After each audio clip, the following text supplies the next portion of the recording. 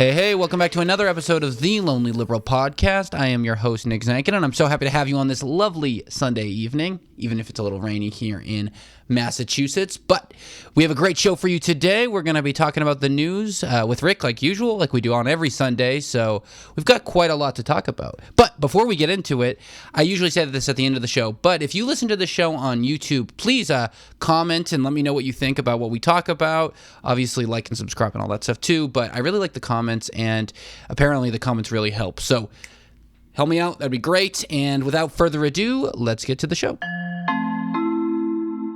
All right, and we are back with Rick. Rick, what is up, man? Hey, not much. Great to be here. How's it going? How was your Thanksgiving? I was just gonna say the same to you. It was good. I went down to Princeton, New Jersey, to be with Hannah's family. It was nice. They are very, very good at cooking, so it's nice. And they really do the turkey well, like juicy turkey, which is good because I didn't know that turkey. Like I thought I didn't like it until I started tasting like good turkey, and now I think I'm a big turkey guy. Wow, that makes one of us, I guess. Yeah, exactly. Well, I think that might be a culinary problem, not necessarily a bird problem. True. It's a hot There take. are a lot of food like that where I thought I didn't like it, but then I had one and I was just like, huh. Pears was one of them. I thought I didn't like pears. I had a pear. I was like, damn, this is a pretty good pear. Have you ever had that happen where you... Yeah, for sure. I was going to ask, did you do any Black Friday shopping? No. And it's funny because I thought about it, especially for Christmas gifts and stuff like that. We did walk around, but nothing really. I mean... I'm kind of in a fashion in-between phase, where I think this is what happens when you go out of your 20s into your 30s. You're like, am I a hello fellow kids guy if I wear this now? Like, where do I... But you also don't want to dress like a total boomer, this kind of middle clothes. So I don't know. And I know you're kind of thinking the same thing. You're revamping your fashion. Yeah, for sure. I'm changing up my wardrobe recently. Well, I mean, you're going from 100% pure Snuggie to... Do you remember the Snuggie? Are they still made, those Snuggies? I think they still have those. My mom got me an off-brand one, a Comfy, that I'll sometimes throw on. Yeah, I'm revamping the wardrobe from gym clothes, also known as robber chic, to something more modern, millennial modern, maybe. Well, yeah, robber chic is great because he's robbing your house, but he looks damn good at it while he does it. You catch him in your living room and you're like, damn, not bad. Just a slim fit face mask and hat to show off the figure. No, but what about you? How was your Thanksgiving? Was it good? Yeah, it was good. We had extended family over my mom's house, and yeah, it was a great time. Yeah, I think with Thanksgiving food, it's the collective of the food is the best. Like not one particular dish. Like I like them all together, but like I wouldn't want them separately. You know what I mean? Yeah, agreed.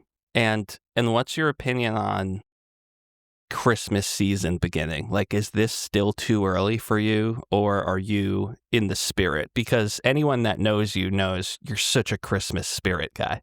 I'm a jolly guy. Jolly Saint. No, I mean, I think it's acceptable for like stores now to start. I think, they do it very prematurely. You're getting, Christmas decorations out, stuff like that, like in October, which is crazy. But like people are so eager about all fall holidays. I see pumpkins in July coming out. I don't like that either. I will say with Christmas season, at least, I like the lights. I'm pro light. Would I put a lot of lights up in my house? Probably not, but I don't mind looking at the lights. The music with me is a big hit or miss. Most of them I don't like. Some of them I really like. I feel like you are anti all Christmas. Do you have any?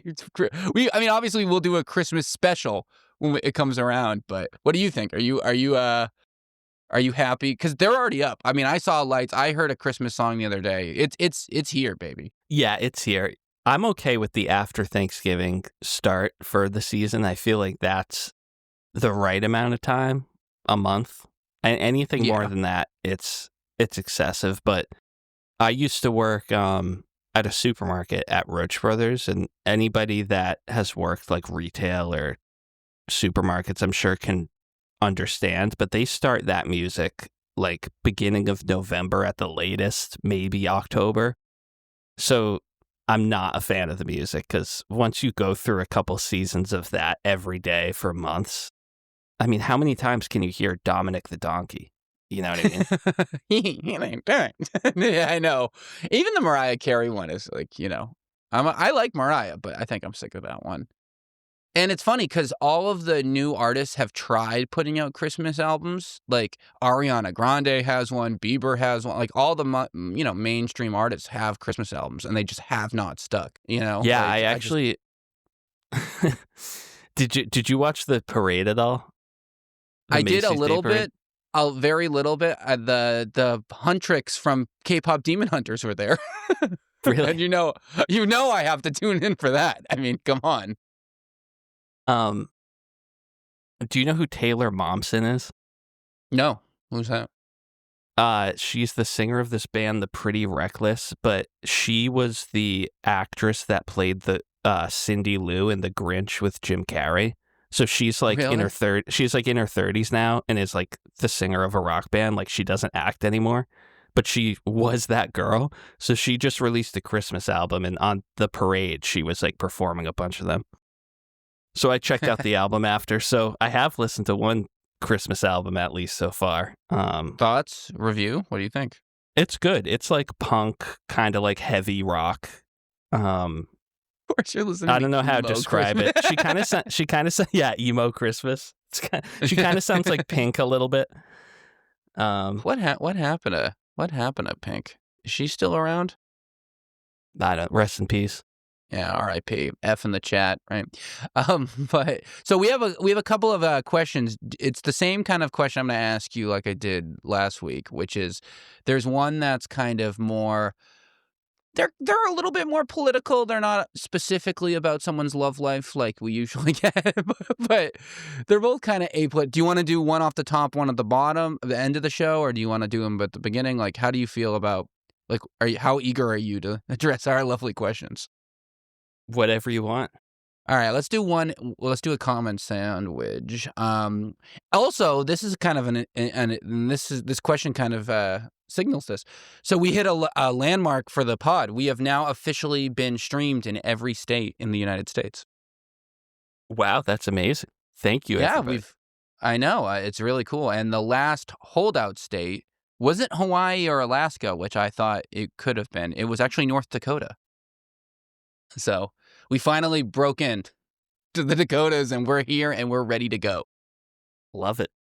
We actually have a pretty good international audience, too. A lot of listeners from the UK, Germany, Australia, and some other non-white countries, too. So that's not bad. we have a big Singapore audience, too. Anyway, but anyways, so this is a question, and this is from North Dakota. So here we go. And it's Ron. So Ron from North Dakota asks, with President Trump pardoning so many random people, and we're actually going to talk about a pardon today, who do you think is the most believable but insane pardon that we could see? That's a great question.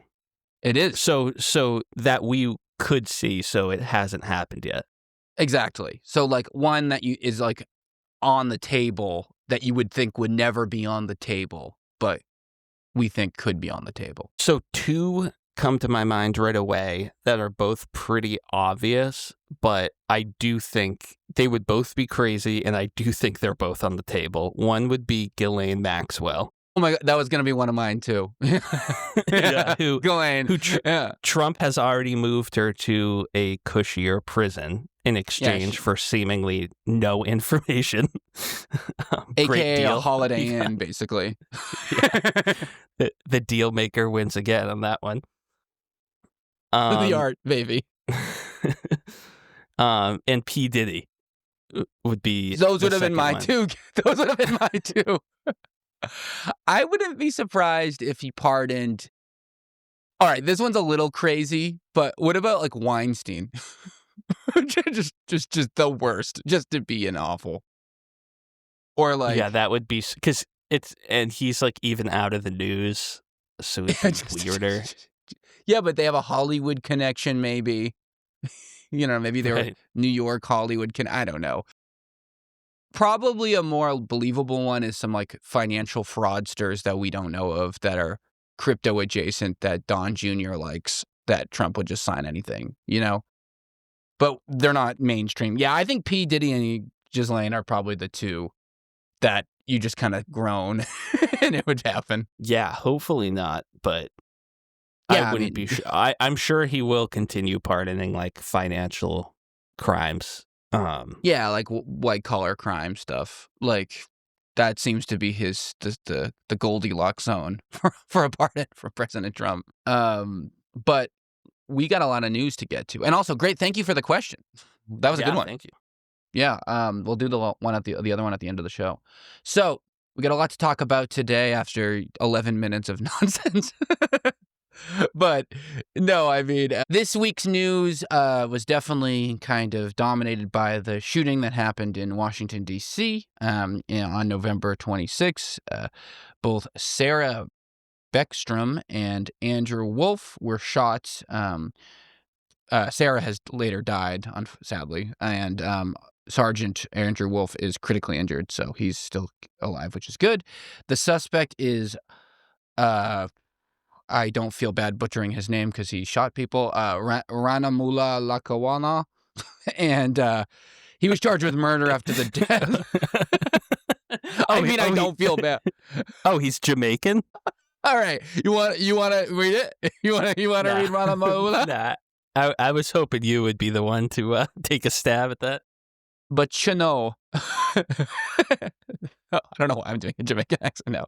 No, he's an Afghani national. Obviously, once Beckstrom died, the DOJ upgraded the charges to murder, and Trump has said the other guard member is fighting for his life. This has been a drama that has led to, a lot of Trump wrath. And yeah, I mean, it's huge. And it kind of capstones with his lovely Thanksgiving tweet, which is gigantic, but I figured I should read some of it so people know where we're at as a State of the Union. Rick, how do you feel about that? Yeah, definitely. So, Trump is no stranger to tweeting on Thanksgiving. Last year, he said he was so thankful for the haters and losers, which is one I'd like to quote a lot. But are you ready for this? I'm going to read something. Let's go. Okay. So this is from our president on Thanksgiving. A very happy Thanksgiving salutation to all of our great American citizens and patriots who've been so nice, in allowing our country to be divided, disrupted, carved up, murdered, beaten, mugged, and laughed at, along with certain other foolish countries throughout the world for being politically correct and just plain stupid when it comes to immigration. Off to a cheery start. For Thanksgiving. The official United States foreign population stands at 53 million people, most of which are on welfare from failed nations or from prisons, mental institutions, ganged, or drug cartels. Unbelievably rude and not true. They and their children are supported through massive payments from the patriotic American citizens who, because of their beautiful hearts, do not want to openly complain or cause trouble in any way, shape, or form. They put up with what has happened to our country, but it's eating them alive to do so. A migrant earning $30,000 with a green card will get roughly $50,000 in yearly benefits for their family. The real migrant population is much higher. This refugee burden is the leading cause of social dysfunction in America, something that did not exist after World War II. Failed schools, high crime, urban decay, overcrowded hospitals, housing shortages, and large deficit. As an example, so far we've just gotten him ranting his normal anti-immigrant, anti-American propaganda. But here we go. This is when it gets more intense. As an example, hundreds of thousands of refugees from Somalia are completely taking over the once great state of Minnesota. Somalian gangs are roving the streets looking for prey as our wonderful people stay locked in their apartments and houses, hoping against hope that they will be left alone. The seriously retarded governor of Minnesota, Tim Walz, does nothing, either through fear, incompetence, or both.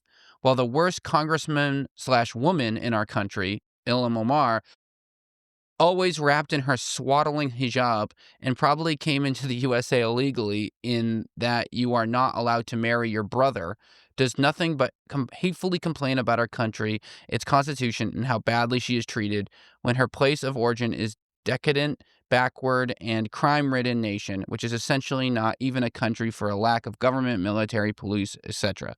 Okay, then there's another paragraph. Any initial thoughts? There's just so much wrong with it. I mean, he's doing the classic tactic of making up statistics and numbers so people will believe that you're not making up everything you're saying, even though you are. Like, his numbers about most migrants make 30,000, but they get 50,000 in benefits. Like, I have no idea what shred of truth that could even be based on. That just seems like totally made up. Yeah, so there's so much wrong with it. He's obviously going like full mask off. Like, you can almost imagine him being gleeful at this DC shooting because it gives him the opportunity to be fully unleashed against all immigrants. And again, like, we need to remember that so many of his supporters promised us that he was only going to kick out illegal immigrants with criminal records, and how he's moved the goalposts so far to now he wants to kick out every single person that wasn't born in the United States, most of which are here 100% legally.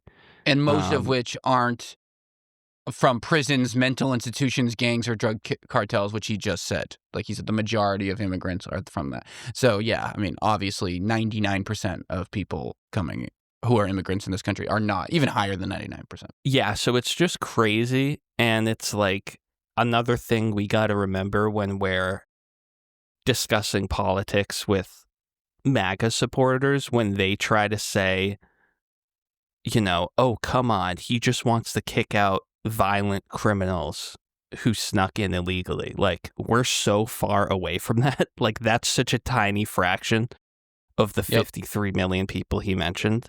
So just what a disaster of a tweet fest. But yeah, what was your first reaction? Well, that, and I mean, once again, Tim Walz catching strays. Trump hates Tim Walz. Like, that is a big enemy. Like, I feel like we hear more about Minnesota now than we've ever heard, and I don't know why he hates Tim Walz so much. I mean, Tim Walz is pretty vanilla at worst and kind of likable at best, right? I mean, he wasn't even that antagonistic, I don't think. So I don't understand why Tim Walz gets under his skin so much, but yeah, I couldn't believe he got randomly attacked. Omar, I understand, because she is vocally critical and, you know, a good right-wing post. Like the right wing has definitely used her as a poster child of like progressive things going too far, because she's like very, very progressive and Muslim, so they love to like attack her. But Tim Walz, I just don't understand why they hate him so much. Do you know why they don't like Tim? No, I mean, I feel like Tim Kaine did not get this amount of vitriol thrown his way. No, the other Tim. And he was in the same role, right? He was the loser on a VP ticket. Yeah. So I don't know. I think it fits into their, like, they just didn't really have that much to attack Kamala and Tim Walz for other than Biden. Like, if you take out anything related to Joe Biden's presidency, then like they really had nothing. So I think it's just kind of like looking for things. Yeah. But I don't know. Well, and they keep coming up. You know what I mean? Like, I feel like we get a Tim Walz attack once every 6 weeks. You know what I mean? And I just don't hear anything from Tim. Yeah, anyways, I mean, that was something. And then it continues. So here we go. ... Even as we have progressed technologically, immigration policy has eroded those gains and living conditions for many. I will permanently pause migration from all third world countries to allow the U.S. system to fully recover, terminate all of the millions of Biden illegal admissions, including those signed by Sleepy Joe Biden's Autopen, and remove anyone who is not a net asset to the United States or is incapable of loving our country, end all federal benefits and subsidies to non-citizens of our country, denaturalize migrants who undermine domestic tranquility, and deport any foreign national who is a public charge, security risk, or non-compatible with Western civilization. These goals will be pursued with the aim of achieving a major reduction in illegal and disruptive populations, including those admitted through an unauthorized and illegal Autopen signature process. Only reverse migration, which is a new term that I see the right using, aka kicking people out, can fully cure this situation. Other than that, happy Thanksgiving to all, except those that hate, steal, murder, and destroy everything that America stands for. You won't be here for long. So, the reason why that second left is actually more important than the first one is because there's like policy stuff here. And obviously, before we dissect this, I don't want to act like we're ignoring the unbelievable amount of racism in this. I mean, this is so racist. It's like hard to even acknowledge it. You know what I mean? Like, I feel like it just we can't just pick about every line being racist because it's so racist and it's so hateful. And you know, yeah, I mean, third world countries. What is that? What's a second world country? What's a first? I mean, these are terms that are they're not inherently racist, but they're just not even real. Like, what does that even mean? Again, a random Western civilization gobbledygook. Yeah, denaturalizing migrants, reverse migration, kicking people out, more Autopen jargon, which we'll get into later. But yeah, I mean, a lot to do. The real big kicker here is the permanently pausing migration from all third world countries. And what does that even mean? And what is this even real? So since this tweet, he has paused migration visas from Afghanistan. But yeah, I don't know. So yeah, what do you think, Rick? Yeah, it's it further escalation, I guess, of his overall immigration policy. Yeah, it's racist. I mean, the language is just insane. The way, like, he's either talking about these people like they're wild animals, or he's framing them as, are they a net asset to the United States? So obviously he's not talking about them like full humans, in my opinion. Yeah, that's what makes it so disgusting. Exactly. No, I think, I mean, there's no other way to shake it, right? I feel like that's exactly what's happening. Right. And we should note that the shooter in D.C.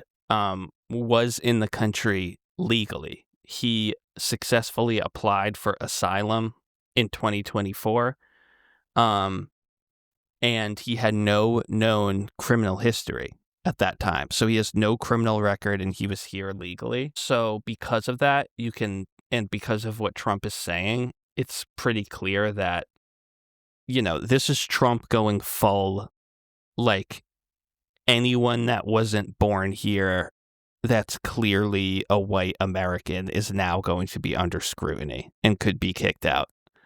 Yep.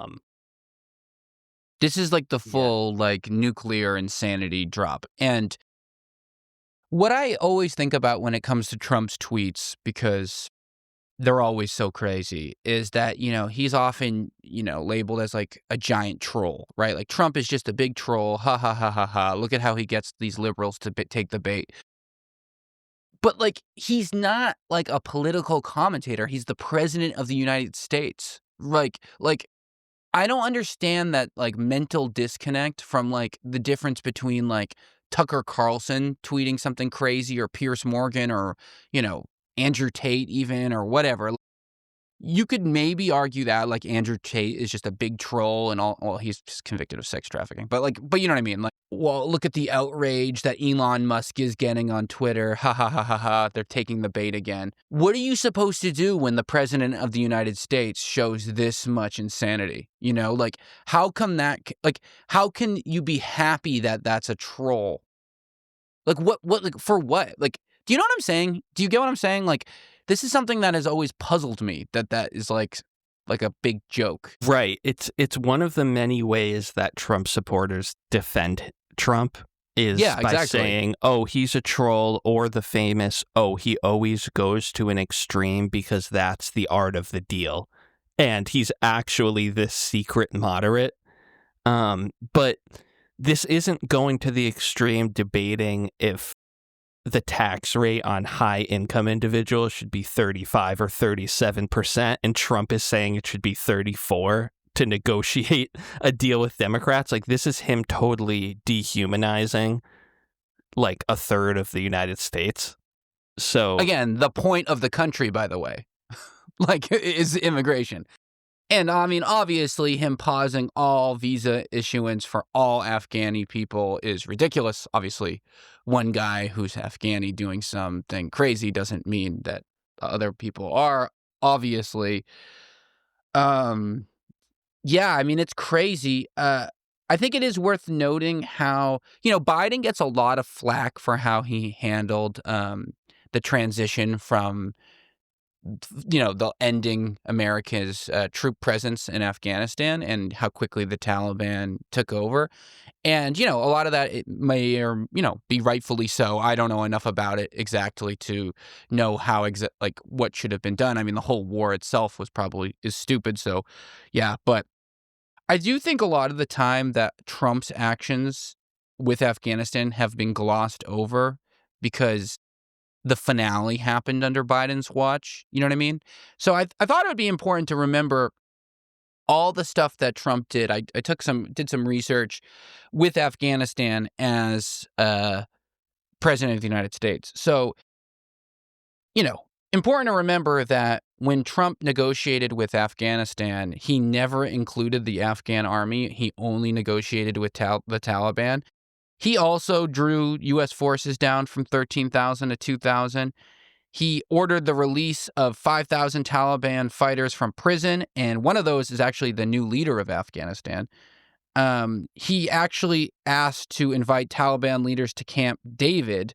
And the kicker of that is it was on the September 11th anniversary, which is unbelievable. Trump was the one who agreed to the May 1st exit from Afghanistan. He was the one who set that up. He also didn't brief the Biden administration on anything in Afghanistan because, remember, he said the election was stolen. And Trump shut down every air base in Afghanistan except one. So the idea of, remember the drama of it trying to get people out was all kind of big caution. That was a big part of that. So those are all things that happened that have definitely led to where Afghanistan is. And again, I'm not even saying about the current situation so strongly or not. I'm just saying this idea that Trump was just had everything golden and then Biden came in and now Afghanistan's crazy is just not true. yeah, definitely. And yeah, it seemed this whole thing is just more Trump going full America first this term. I think it's the biggest difference between this and his last term. He's really running with this full-on hardcore nationalism of if you're not a, warm-blooded American, then it's time for you to get out. And that's ignoring all the arguments that all these policies on immigration are going to directly hurt the U.S. economy. It's already hurting the U.S. economy, obviously, with tariffs. But obviously, part of the reason the U.S. economy is so dominant is because we allow some of the smartest people in the world to come here to our universities and stay here to start businesses after. And I think that's an important part of the debate, even though it kind of feels a little cold to mention it because he's being so dehumanizing about people that it feels a little weird to even talk about economics in the context. But it is important to note because his supporters are under the confusion that this will all help Americans somehow, which it's not their idea of who an American is. But even that idea of a white family that's been in America for 6 generations or whatever. None of these policies are going to help them at all. It's only going to hurt those people too. So yeah, pretty sad all around. How are you feeling about it? Terrible. I mean, it's terrible. This stuff drives me nuts, and I feel like it should.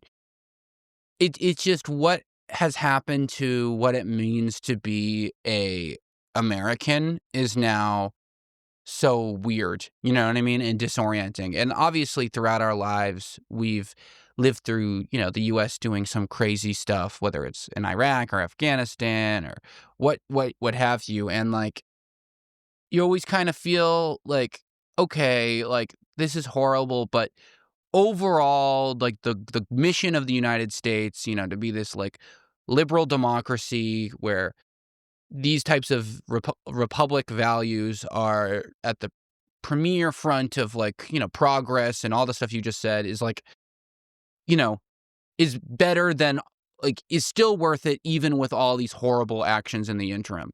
And if you get rid of this kind of pro immigration and like what makes the US like the melting pot that has been its claim to fame away, I think it really makes you, kind of almost like a more philosophical level, like wonder what it even means to be American in itself, because that's been one of the best parts about the country. And not only that, like one of the points of the country.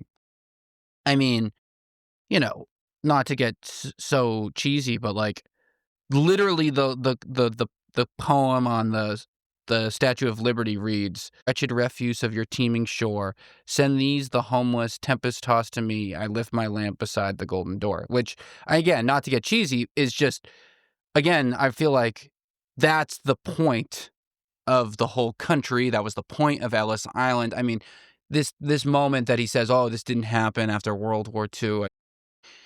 I mean, what are you talking about? That's ridiculous. There's been so much immigration in this country throughout its entire history. So, yeah, it's horrible. It's horrible to see the president of the United States treat people so poorly, and talk about people like they're scum.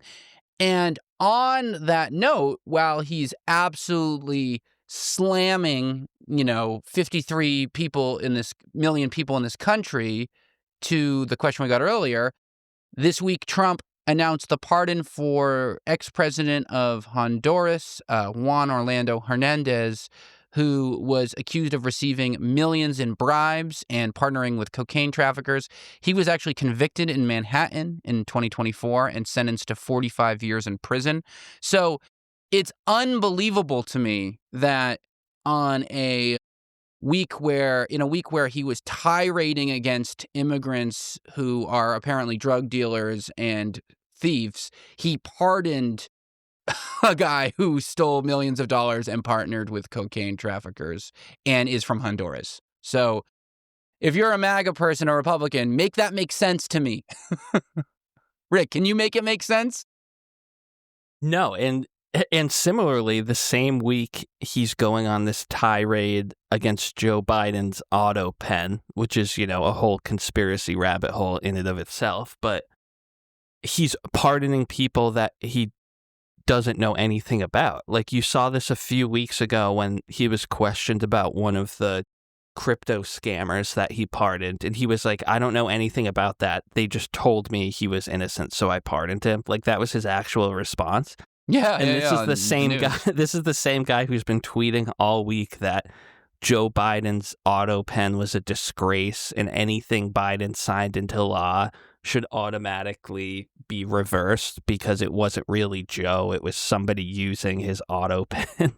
And at the same time, he's pardoning people that, I mean, he couldn't form one coherent sentence to tell you about any of these people. He said it out, like you said, he just said it on 60 Minutes, I think. He said, "I don't know who that guy is. My people tell me he's good." Which is just, yeah, I mean, this Autopen thing too. I mean, so the two main bits from this giant tweet were the Afghani visa pausing and the Trump saying he's going to cancel all of Biden's executive orders.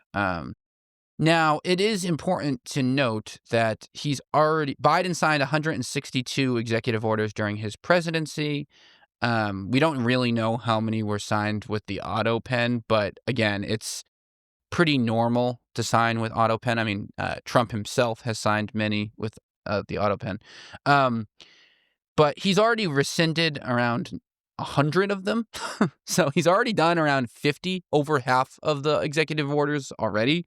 He's already filed a investigation about the Autopen earlier this year, which hasn't led to anything because it's nonsense. And obviously Biden has said this is ridiculous, but it does seem to be a weird fake thing that he's using to try to justify insanity, along with, the Epstein files were made by Biden and Obama and Comey.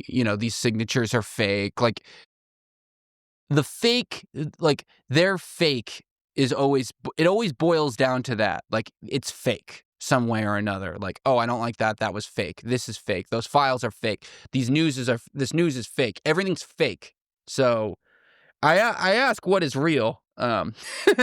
But yeah, I don't know. What do you think? Yeah, it's another instance of like Trump is all about feelings, which is ironic because his supporters will tell you facts don't care about your feelings, and feelings classically are for PC pussies and whatever.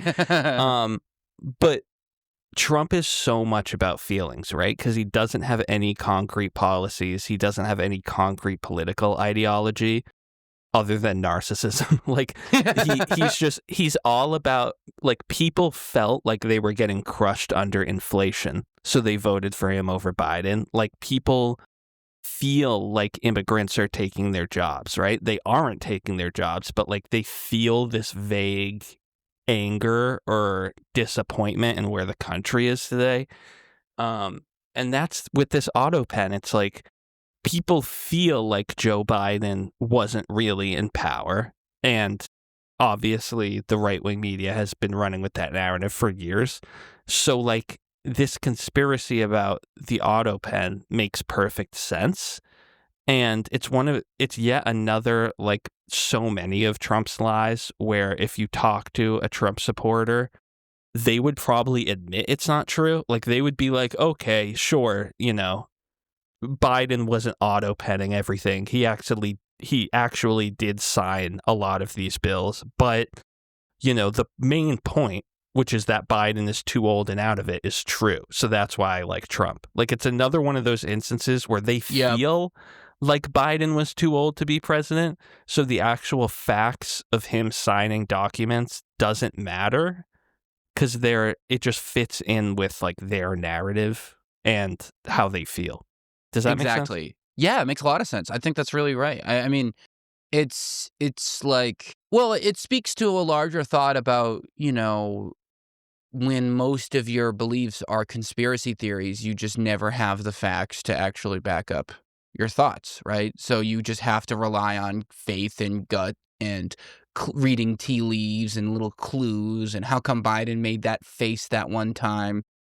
And it's just, and you're just looking so hard to pounce onto something that you had a belief of beforehand. I mean, I remember I was thinking about this when I was driving back from New Jersey about how, early into Biden's presidency, remember when they were trying to do the Biden's a creep narrative? Like, oh, Biden's actually, he's the one who's the perv.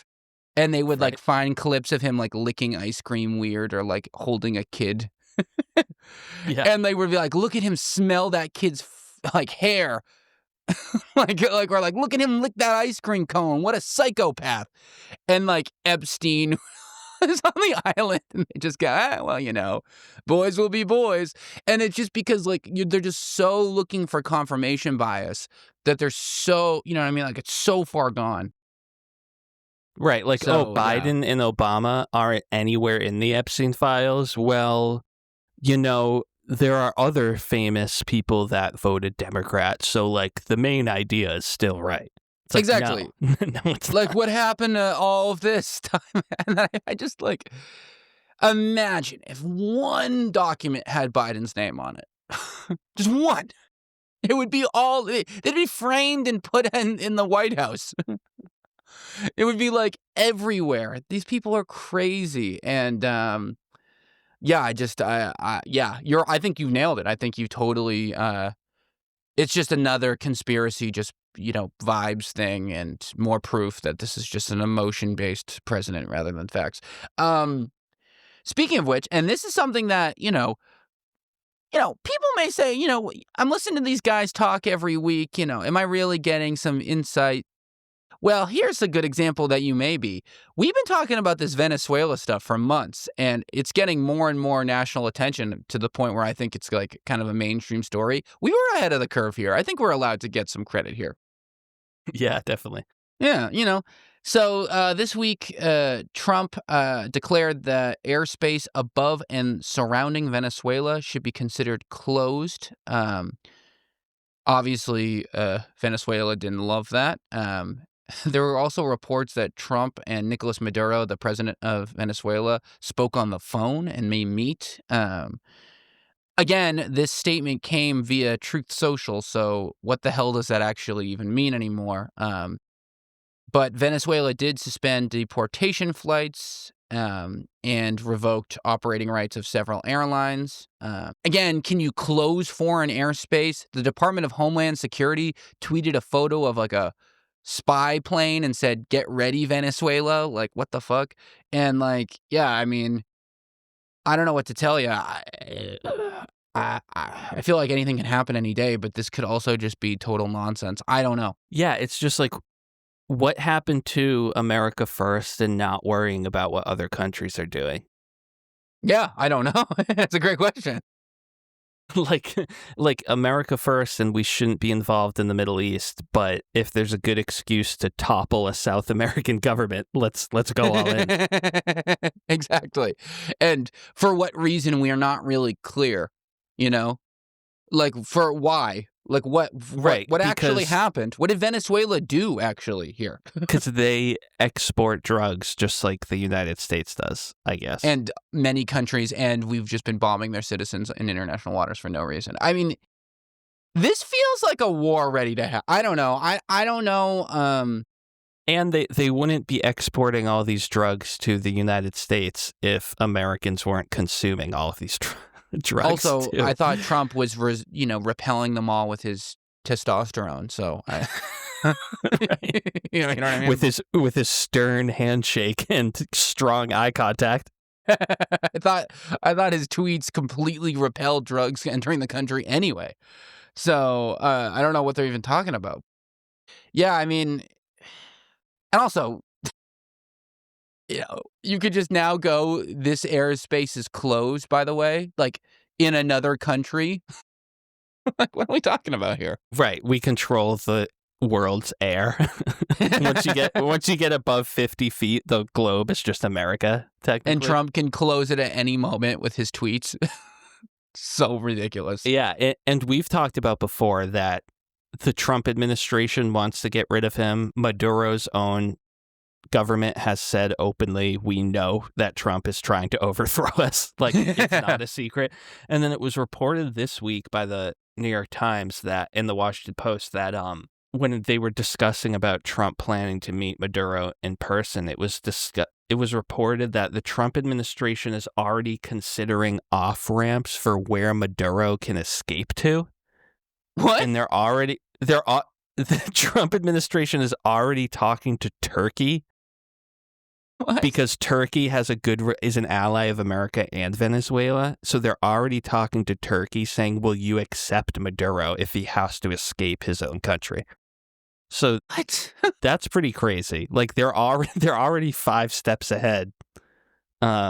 Clearly they're looking for anything that could be used as an excuse to just go assassinate Maduro, but they haven't quite found that yet, but they're doing like everything else. They're trying everything in their power, which is funny because, yeah, I don't know. I mean, it's funny where the line in the sand gets drawn. I mean, like we talked about this last week when Trump had the new president of Syria, former member of Al-Qaeda, into the White House. totally cool. Man, what can you do? Your past is your past. The Maduro, he doesn't like Maduro. Maduro is that for some reason him and his goons don't like Venezuela. They're very anti-Venezuela. That seems to have drawn contempt with them more than other anti kind of U.S. states, because like Iran doesn't seem to bother them even as much as Venezuela does. Probably due to the oil, right? I mean, it's probably something to do with oil and weird legacy stuff, but yeah, I don't know. It's well, I feel like this could be this could be the main story next week, depending on how things go. In other news, we've got another FDA announced. So there are new vaccine approval rules tied to claims that the COVID-vax killed kids. But again, you know, this is preliminary data. This hasn't actually at all been like confirmed in like any type of meta-analysis or anything like that. This is just a preliminary study. Yeah, you would need larger pediatric trials, big follow-ups, much more surveillance, and again, just more stuff that we've talked about where they leak out a misleading stat, then have to walk it back in a few months, but then the harm has already been done because the public psyche has already absorbed the lie. Right. And yeah, it's like you said, this data isn't from any sort of scientific study. It's from the vaccine adverse event reporting system, which is a self-reporting system where it's like people that suspect the vaccine caused an adverse medical event report it to the FDA, and then it's on the FDA to investigate those claims. But these are like, it sounds harsh, obviously. Like, we feel bad that anyone died for any reason, but Of like course. these are people that just filled out a form on the FDA website that said my kid died from the vaccine. Like, that's all we know. We don't know if they're like, and that is not evidence. Like, we don't know anymore. It's a self-reporting adverse event system. The other part that struck me was that they said only 10 children have died from the COVID vaccine. And again, like, a million disclaimers. 10 tragedies. Like, any children, right? Yeah, of course. All of this is 10 disaster. But RFK said the COVID vaccine is the deadliest vaccine in the history of humanity. And all you've heard about from the past few years is that the vaccine has caused millions and millions of adverse events. And they would be acting like people were dropping like flies. Right. Yeah, exactly. And we're nearing a year in Trump's second term with RFK at the head, where they've had a year to find any evidence of that. And they came up with 10 deaths that were entirely fake, self-reported, not part of we the don't study. know. Right. Yeah, we don't know if they're COVID. Yeah, they're just 10 people. It's totally meaningless, and it's almost laughable that they didn't make up a higher number, since they're just basically making it up. Yeah, they just totally throw. Well, I mean, on the trend of making stuff up. So this week, the CDC website officially changed its language around how vaccines don't cause autism. So on Wednesday, the CDC reversed its long-held position that there's no link between vaccines and autism. So that was, of course, one of the conditions that RFK's approvals said. Bill Cassidy said, you will not change that. He has now officially changed it. And a former agency official has said, this is the day the CDC has died. So again, no studies at all, no data at all, no facts at all. They just say stuff now, and now make medical recommendations based on it. Yeah, what a long 11 months it's been. Awful. And I mean, will the CDC ever be back? Like, because now that people know it's politicized one way or another, like, is there any universe where it won't be seen as a political kind of extension? Like, can it go back to its apolitical kind of reputation that it's had for so long? Probably not. And it just fits into all the damage that Trump is doing to America internationally. Like, we talk a lot about domestically the damage he's doing, but like the image of the U.S. abroad and the faith that people had in our institutions is completely destroyed. Yeah, I mean, on like on the international front, the State Department has officially announced that the U.S. will no longer commemorate World's AIDS Day and provide funding and or even language to avoid messaging about anti-AIDS stuff. For what, other than to just be a dick, right? Like, what's the point of that? And then lastly, and this probably is to a larger topic, but I just find it interesting. So Northwestern University has agreed to pay $75 million to resolve federal probes into alleged race-based practices, specifically around Jewish students. Federal government had froze around $800 million in research funding. That will now be restored, but it's because they've settled on this claim. This is part of a series of universities settling for these things, because Trump has basically made them do this to prove a point. And while the point he was trying to, I think, prove is that there was anti-Semitic stuff, I think the point he's inadvertently proven is that universities will do whatever you want if you hold their money away from them, unfortunately. Yeah, 100%. I like these settlements are killing me They because kill my soul, 100%. right, Yeah. because they're complete disasters for free speech. Because if Trump lost in court and had to pay Northwestern for even causing the trouble of these lawsuits, it creates a totally different precedent that what Trump is doing is totally against the First Amendment. But instead, these universities are doing the math and are like, okay, we could settle and pay the DOJ $75 million, or we could fight this, most likely win, but it's going to cost us $100 million in legal fees over the next 10 years.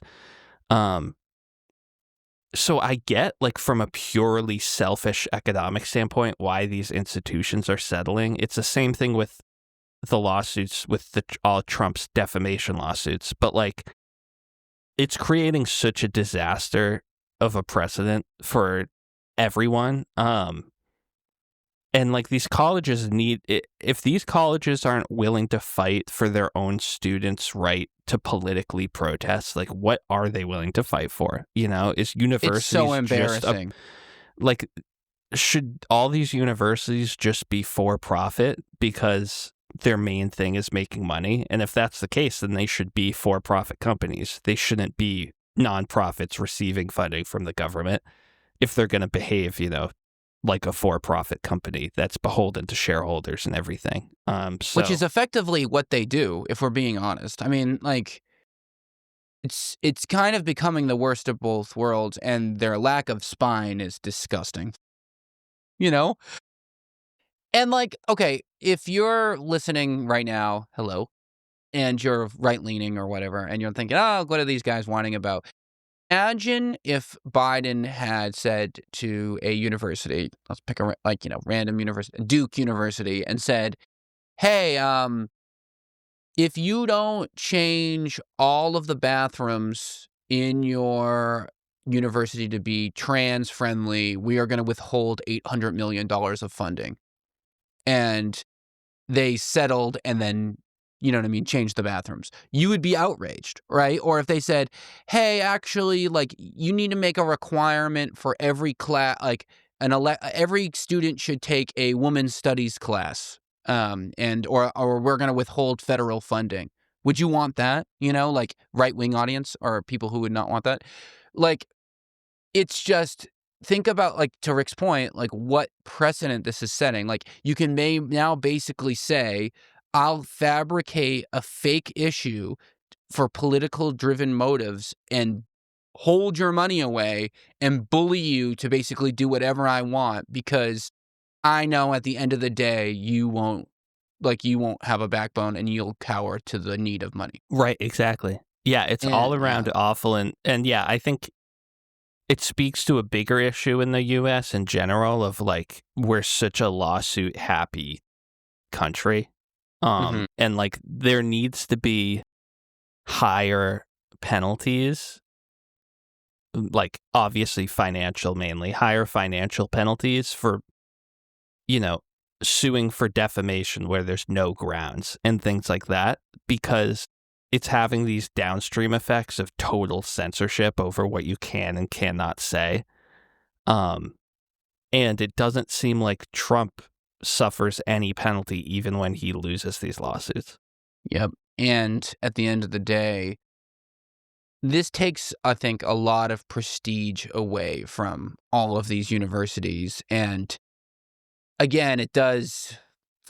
I don't know. I think it'll be hard to forget, when they, in whatever 10 years from now go, we're just, we're doing everything we can to advance, academia and state of the science and yada, yada, yada. Like, how can we believe that when these, again, it's kind of like the classic thing that Trump does inadvertently is he kind of exposes the ugly underbelly of a lot of these institutions and how, kind of full of it they were, not because he actually is doing the right thing or being,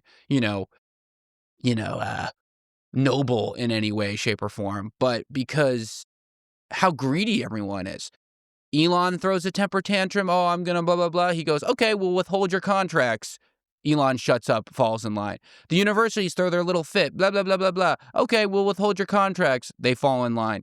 Basically, the federal government can get anyone they want to fall in line that if they rely on federal funding in any way, shape, or form. So I feel like, in my eyes, it's kind of said, how come, we haven't done these with pharmaceutical companies in terms of drug prices? Like, could someone just go, we're not going to subsidize a single cent of R&D development if you don't give, better prices for drugs, X, Y, and Z? Because the Trump administration basically does that without the threat. They just have cut all the funding anyway. So now there are people dying of cancer who don't get the R&D that they deserve. But like, I don't know. I just feel like Trump has found the truth of all these people that they will do whatever money, like wherever the money goes. And it's sad. I don't know. Yeah. Do you think I'm being extreme or do you think that's right? No, I totally agree. Yeah. What a world we live in. And that's the news. So I have a little, I wouldn't call it a culture corner, but a little social snapshot shot That's a good one. that I wanted to run by you to see what do you think is the right thing to do Social snapshot. in this social snapshot. A window into a pariah of Nick Zane. The social snapshot. Ching, we should get a little camera sound. Because I'm always curious, over the years you and I have had many discussions analyzing people's behavior, and sometimes you think I may be acting a little dramatic. but but I think I'm in the right here, and I figured I'd see what you think and see what you would do, in this particular situation. Of course. Okay. So I'm hoping I didn't already tell you the story. So a few weeks ago, I was at a wedding, right? And not my own wedding, but another person's wedding. It was a great wedding, great time. And I had a situation happen where I'm wondering if you would have acted the same way. Okay, so the context is a wedding, okay? And at a wedding, you don't know many people. You don't, you're meeting a lot of plus ones, you're meeting a lot of friends of friends, and you want to make a good impression, but you don't know them very well. So I always struggle in these situations because I never know what to do if they're not giving me the material. You know what I mean? They're not working with me at all in these things. And So a guy came up to me at the wedding and he goes to me, he goes, literally, weddings, am I right? And I say, I go, oh yeah, tell me about it. And he goes, I just don't know what to do at these weddings. And I go, you gotta be happy for the couple. And he goes, I'm happy for the couple. I go, are you happy to be here? And he goes, I'm a little happy to be here. And then I go, I'm also happy to be here. And he goes, you don't look that happy. And I go, I'm happy. And he goes, I don't know if you're that happy. And I go, I'm happy. So he walks away after that and kind of walks away. And okay, so another added detail of the story is I'm next to a guy who's definitely not happy. Like, the guy standing next to me is visibly upset. Okay, so I am kind of in the powder's corner, right? But this guy is it. So anyways, an hour goes by. I see him whispering to his girlfriend and looking at me and kind of pointing at me, right? So I go over there and I go, I'm happy. And he goes, we weren't talking about you. And I go, you were looking right at me. And he goes, no, we weren't. We were looking behind you. And I felt horrible and I avoided them for the rest of the time. I'm fucking happy. Yeah, I'm saying, like, would that have driven you crazy? Like, would you have gone over there if would you ever approach someone looking and pointing? Because I've been thinking about that looking and pointing moment a lot lately. Like, did I make a mistake? Was I being overly sensitive? No, I think you were in the right. I think it sounds like he was definitely struggling. Gossiping. His first mistake was walking up to you and saying weddings, am I right? I mean, right? If I were you, That's how he led it. I would have gotten in my car, drove home after I heard that line. Thank you. But yeah, then to say you don't look happy, like that's a bold move. When you're in a very generic small talk conversation, for him to throw out you don't look happy, that's pretty bold on his part. I think that gives you permission to act a little erratic. It gives you a lot of leeway. Yeah. Like if he hadn't said that, but then I think the looking at you looks like he's talking about you. I think it's okay for you to say so. Now, trying to think of it, if I was, a fly on the wall, you going up to a couple and saying, "I'm happy, don't I look happy?" I don't know if that's the best way to follow up. You're like the Joker. Do you know how I got these stars? You're painting a smile on your face. I'm happy. I just didn't want it to go around to the bride and groom. Nick's not happy because I was happy. Right. Why is it Nick? And then, Hannah will get it. Yeah, God forbid your wife gets wind of this and oh my, what? Your husband's not happy. Nick's not happy. He's been pouting at the wedding the entire time. He hates us. He hates the couple, which is so crazy. I am happy. So I didn't like him stoking that fire. The happy fire. I think that was crazy. It went from like people are worried about you not being happy to then people worried you are in a psychotic episode, like just telling people how happy you are. I'm so happy. I'm so freaking happy. I was like, look at my smile. I go, I'm dancing. Who dances that isn't happy? Who does the cha-cha slide and isn't happy? I'm happy. I'm so happy. People look at me, they go, what a happy guy. And yeah, I was really shook. And it didn't help that the night before, and I may have told you this obviously off the pod, that I got kind of rattled at the rehearsal dinner. Because that was even more intense because you're meeting everyone for the first time, like you really haven't seen any faces. I guess I didn't tell you this. So Hannah and I walk into the place and we go to see the bride-to-be's dad because Hannah knows the family. She's in the rehearsal. She's in the wedding party.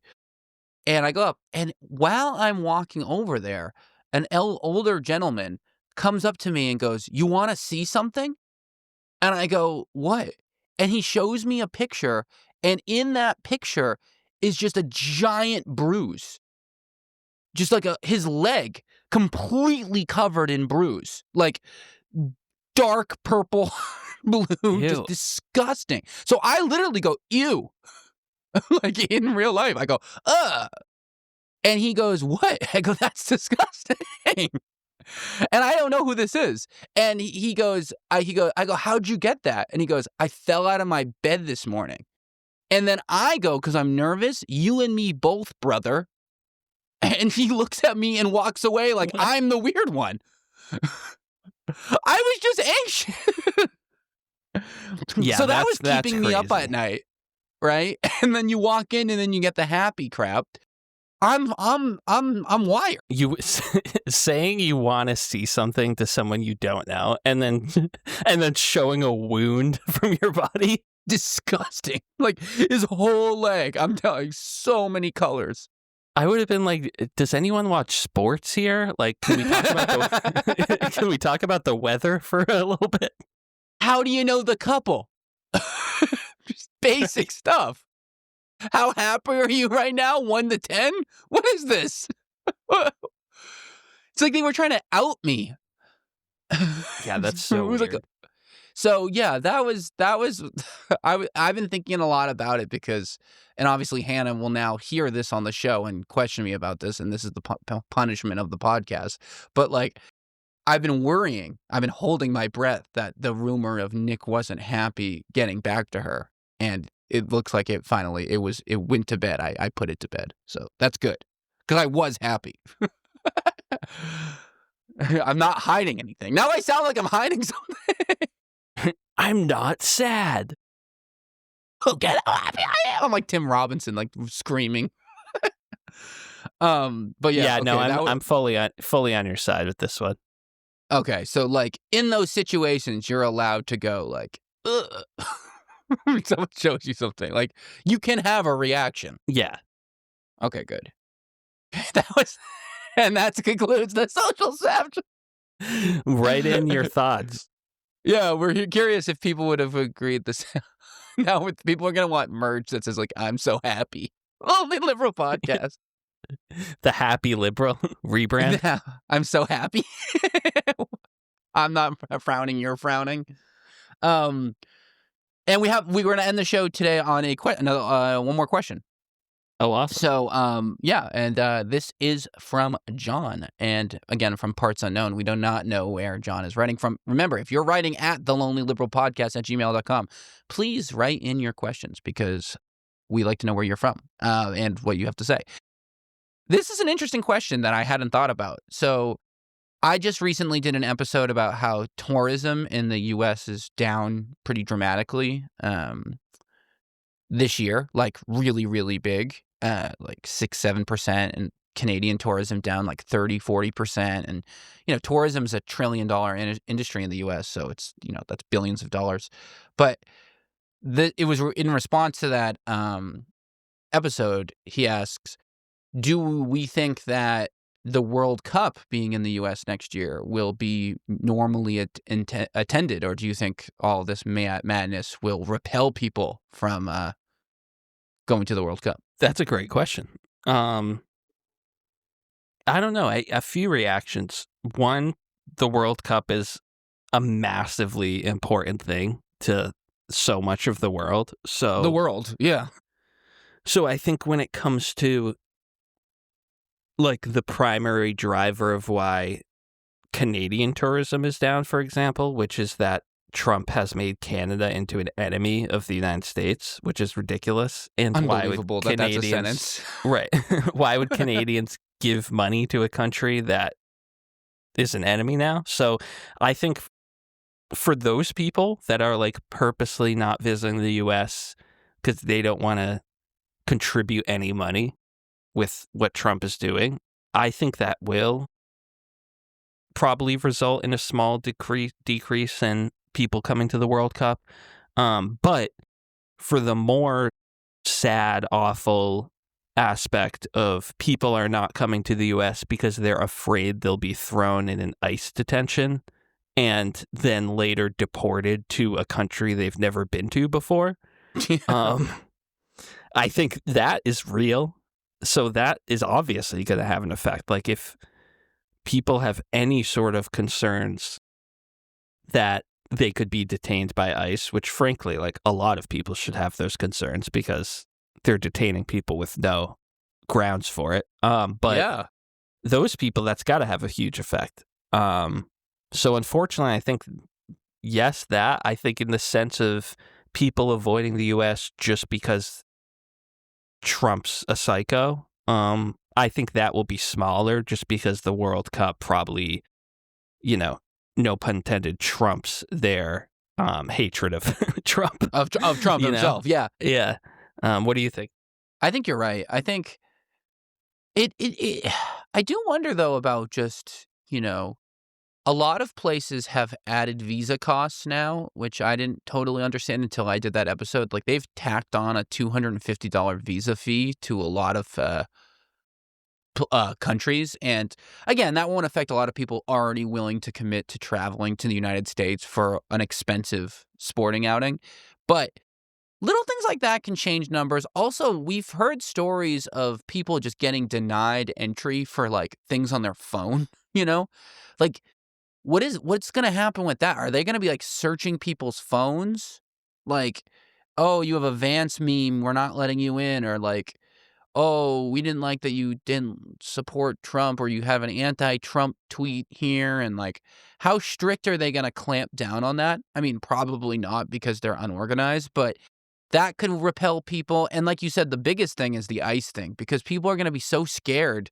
What if I overstay this? What if I do that? Like, are they going to be lingering around?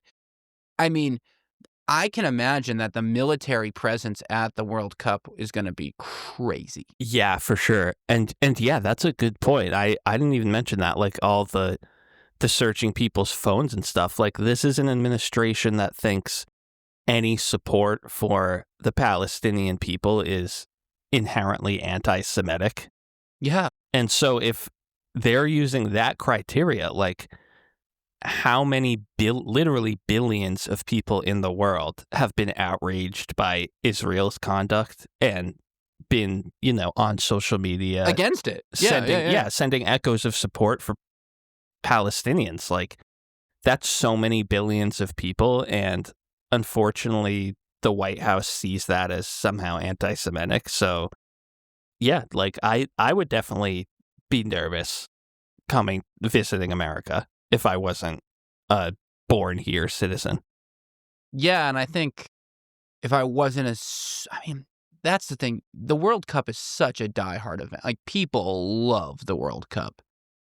But I don't know what the ratio of people in attendance will be, just Americans via international, people. Like, I don't know what the tourism versus domestic attendance will be, because I don't know what it normally is, right? Like, if they have it in South Africa or Brazil or wherever, like, is it usually like still majority tourism, or is it, do the people hosting the event get a fair shake? It's notoriously a bad thing to host, right? Doesn't it normally just like wreck the cities that host it?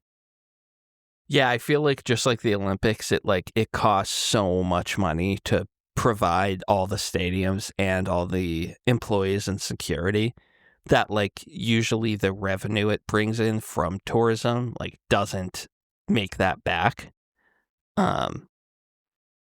And the U.S. World Cup is not in just one little area. It's like all around the East Coast where they're having the stadiums, including one in Massachusetts. Gillette is hosting a few games. So people will have to like travel around too. I don't know. I'll be really curious to see what happens. And also, the other elephant in the room is, who the hell knows where we'll be by the time that starts? What the state of affairs will be. Like you said, it's been 11 months and I feel like I've lived 5 lifetimes. So, by next summer, we could be in an all-out war with Venezuela and, blah, blah, blah, or he shot a rocket into Greenland, or, the president of Germany has offended him, and who the hell knows what'll happen in the next year. I mean, every week it's drama. So it's highly likely that from now and then something insane will happen that could cause even more tension than anything that's happened to date. Yeah, good point. And like, so who knows? I mean, I hope it goes without a hitch. I'm pro soccer. I'm pro World Cup. I would love for it to be fun.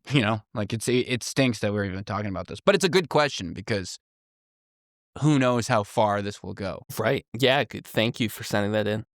And I think that's our show. So, Rick, thank you again per usual. It's a lot of fun. Yeah, for sure. Thank you. I'll talk to you next week. Should we bring back the social snapshot segment? Yeah, definitely. Social snafu. And this week's social snafu, me arguing about a Snapple in public or whatever. Oh, yeah, I love it. All right, cool. All right, I'll talk to you later, man. See you later. And that's our show, folks. Thank you so much for listening today. I appreciate you sticking around to the very end. If you like the show, please give it a 5-star review on whatever platform you listen to, Apple Podcasts, Spotify, YouTube. Well, I guess YouTube would be subscribe or like, but both are good. If you want to reach out, ask us a question, you can write us at thelonelyliberalpodcast@gmail.com, or like I said, just comment on YouTube. And that will do it. So we'll be back on Wednesday per our normal schedule. And it'll be a good one. So until then, take it easy. Have a great start of your week. Attack the week. You've got it, man. Yeah, motivational Nick. All right. I'll talk to you later. See ya. Bye.